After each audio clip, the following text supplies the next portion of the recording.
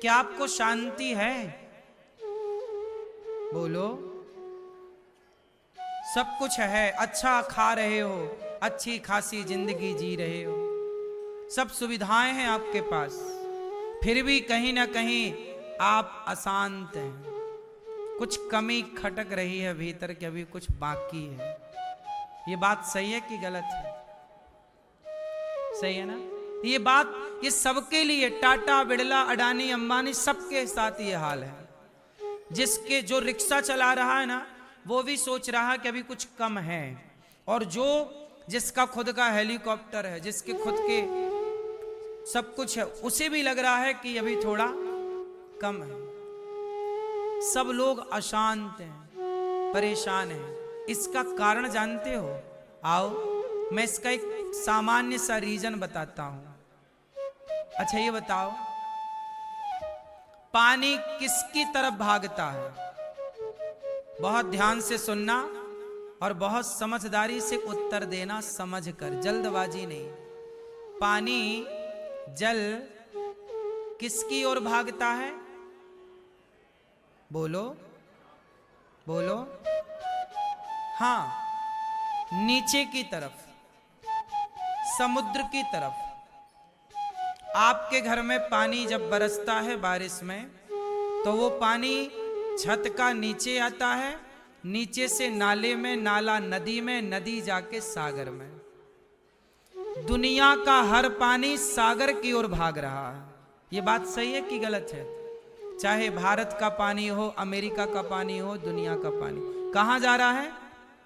सागर की ओर। क्यों? क्यों भैया? संसार का हर पानी सागर की ओर क्यों जा रहा है? समुद्र की ओर क्यों जा रहा है? क्योंकि वह पानी समुद्र का ही अंश था। पानी किसका अंश है? समुद्र का। तो अंश जो है अपने अंशी की ओर भागता है। अंशी हो गया समुद्र, अंश हो गया पानी। किसकी ओर भागा? समुद्र की ओर। अंशी, अंश हमेशा किसकी तरफ भागता है? अंशी की तरफ। पानी समुद्र की तरफ भागता है। दूसरा, आग, अग्नि। आग हमेशा किसकी तरफ भागती है?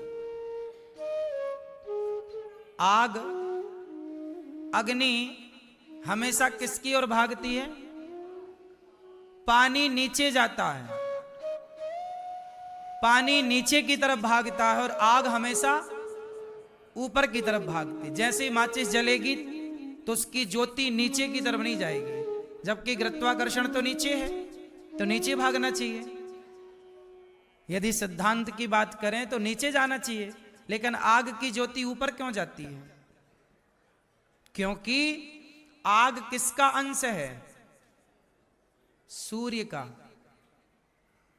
आग किसका अंश है? सूर्य का।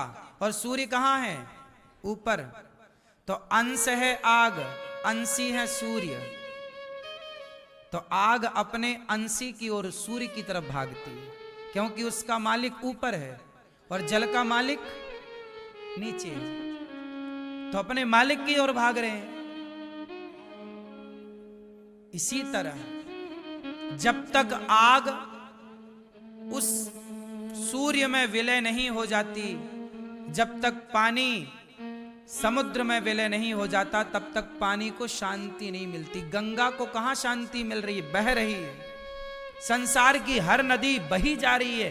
कब तक बहेगी? जब तक समुद्र को नहीं पा जाएगी। और समुद्र को पा लेने के बाद हर नदियां शांत हो जाती हैं। आपको भी शांति नहीं मिल रही है। क्यों? क्योंकि आप भी किसी के अंश हैं। जैसे समुद्र का अंश है पानी, सूर्य का अंश है आग। बताओ आप लोग किसके अंश हैं? बोलो बोलो। भगवान के, ईश्वर अंश, जीव अविनाशी। जब तक नदियां सागर को नहीं पाएंगी, शांति नहीं मिलेगी। अग्नि सूर्य को नहीं पाएगी, शांति नहीं मिलेगी उसे। उसी तरह जब तक जीवात्मा परमात्मा को नहीं पाता तब तक शांति नहीं मिलती। तुम संसार की किसी दौलत को पालो, किसी उपाधि को पालो, शांति मिलनी होती पैसे दौलत से, तो दौलत वालों को शांति मिल जाती है। बहुत लोगों के पास अथाह दौलत, पर शांति नहीं। इसलिए कहता हूं, आप सब ईश्वर के अंश हैं।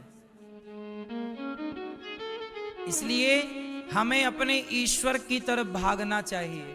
लेकिन आप लोग होशियार हो गए, भगवान की तरफ ना भागकर संसार की तरफ भाग रहे हैं। इसलिए आपने एक चीज और नोटिस की होगी, जब आप खाई को देखते हैं, गहराई को, तो आपको डर लगता है कि नहीं? आप नीचे देखते हैं तो आपको डर लगता है, जबकि आप ऊपर देखते हैं तो आपको डर नहीं लगता। जबकि आकाश ऊंचा है, खाई कितनी गहरी होगी? 100 फीट गहरी, 200 फीट गहरी, 500 फीट गहरी होगी, और क्या होगी? क्यों जी? खाई यदि 50 फीट भी गहरी हो तो आपको देखने में डर लगता है, जबकि आकाश तो लाखों किलोमीटर, अरबों किलोमीटर ऊंचा है या नहीं?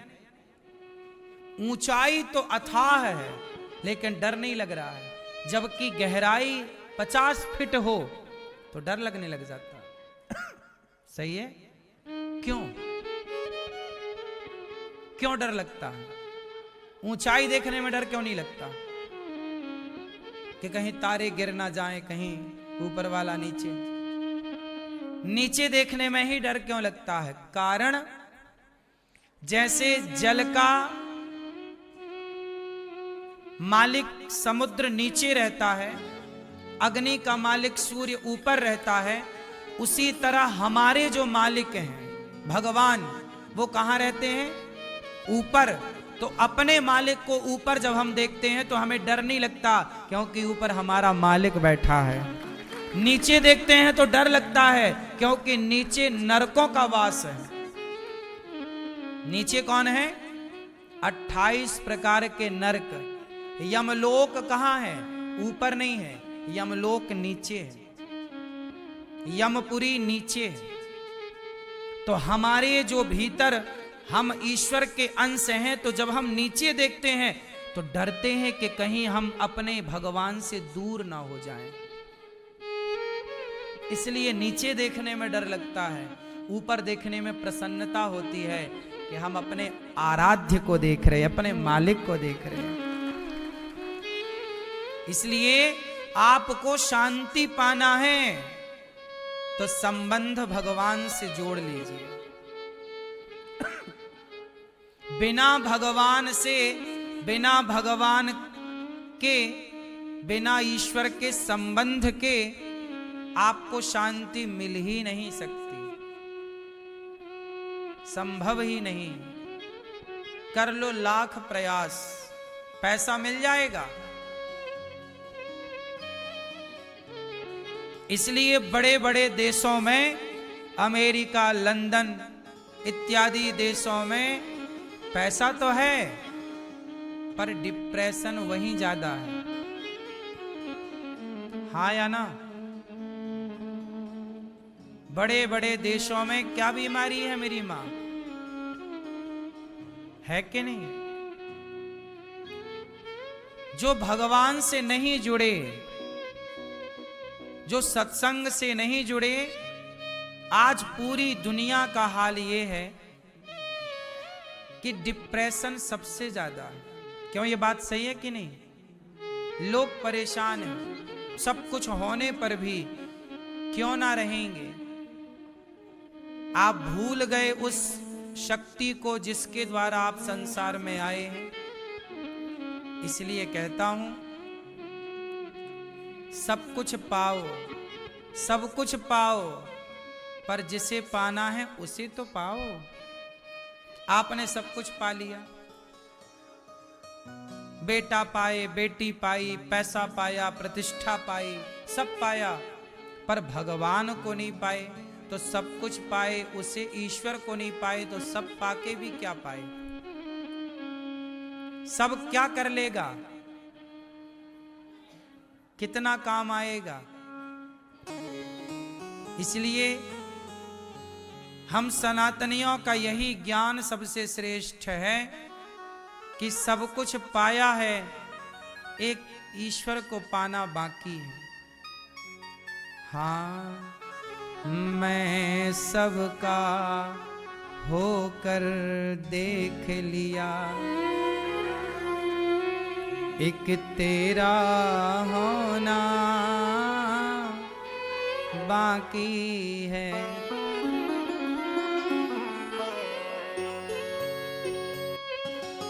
मैं सबका होकर देख लिया, एक तेरा होना बाकी है। तेरे प्यार में रो रो सांवरिया, आँखों से आंसू बहते हैं, प्रेमी के आंसू ओ कान्हा, बस तुमसे इतना कहते हैं। तेरे इन पावन चरणों को तो एक बार भिगोना बाकी है। रोया मैं बहुत जग के आगे, तेरे आगे रोना बाकी है। अब बहुत हुआ मैंने देख लिया, दुनिया के आगे रो रो कर, जिनको मैंने अपना समझा, उनसे ही खाई है ठोकर। रोया मैं बहुत जग के आगे, तेरे आगे रोना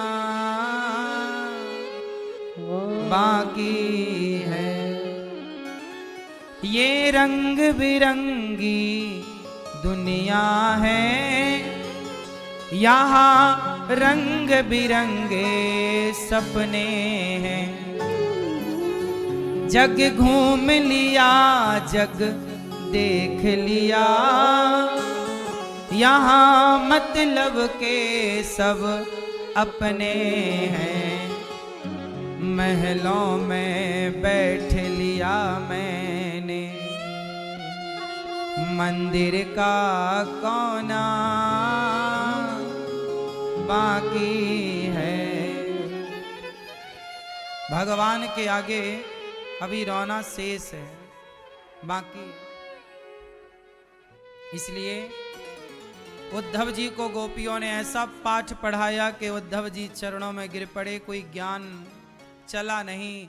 आपको यही निवेदन ये दास कर रहा है कि भगवान से प्रेम करना सीखो, सच्चा वाला, दिखावा नहीं, निष्काम। भीतर से ये मान लो कि भगवान के सिवा आपका कोई नहीं। संसार में दो तरह से व्यवहार करो। नारियल दो प्रकार के होते हैं। नारियल कितने तरह के होते हैं? दो। एक कच्चा नारियल, एक पका नारियल।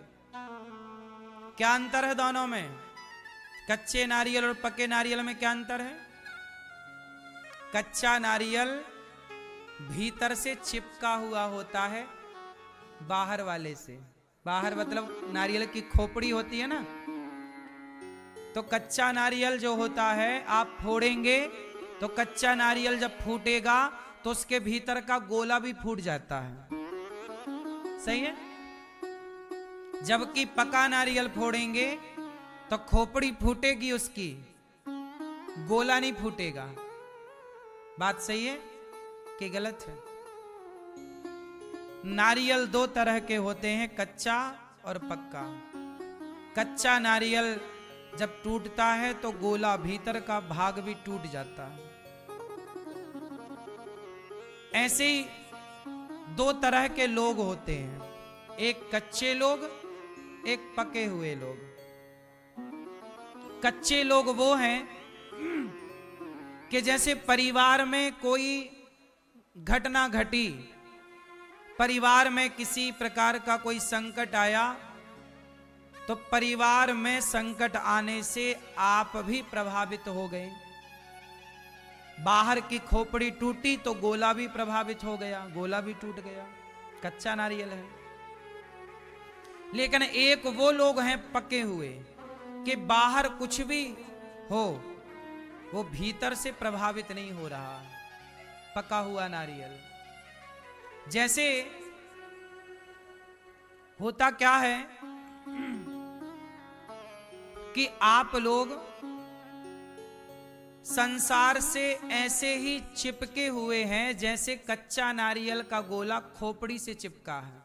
आप भी चिपके हुए हैं, परिवार से, दुकान से, पैसे से चिपक गए। जरा दुकान में नुकसान हुआ तो लोगों को लगता है अब जी के क्या करेंगे, खोपड़ी टूटी तो गोला भी टूट गया। नुकसान हुआ तो आदमी उस नुकसान के चक्कर में कई लोग आत्महत्या कर लेते हैं, अरे अब तो मर जाएंगे, तो झेला नहीं जा रहा है। चिपके थे ना, कच्चे थे, खोपड़ी टूटी तो गोला भी टूट गया।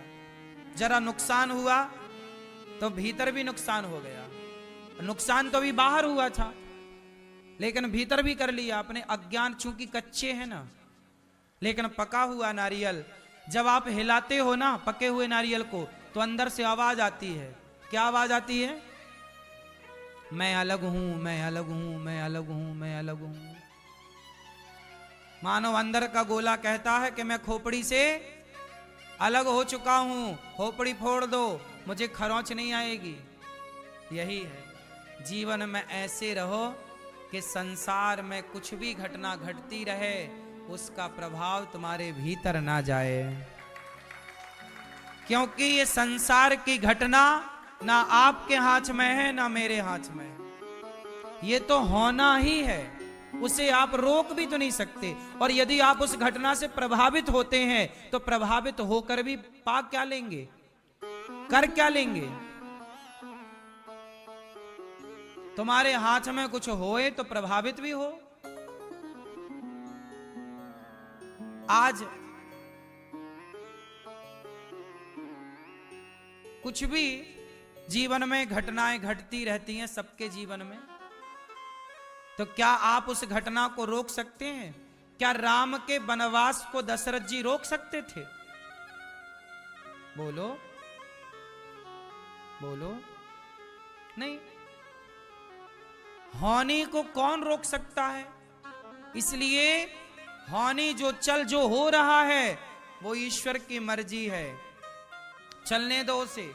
तुम हर हाल में बाहर वाले से, मतलब जगत से अपने को अलग रखो, पके हुए नारियल की तरह, कि बाहर जो घटना घट रही है उसका हमारे चित्त पर, हमारे हृदय पर कोई प्रभाव नहीं पड़ेगा। हम भीतर से ये जान लें कि हम परमात्मा के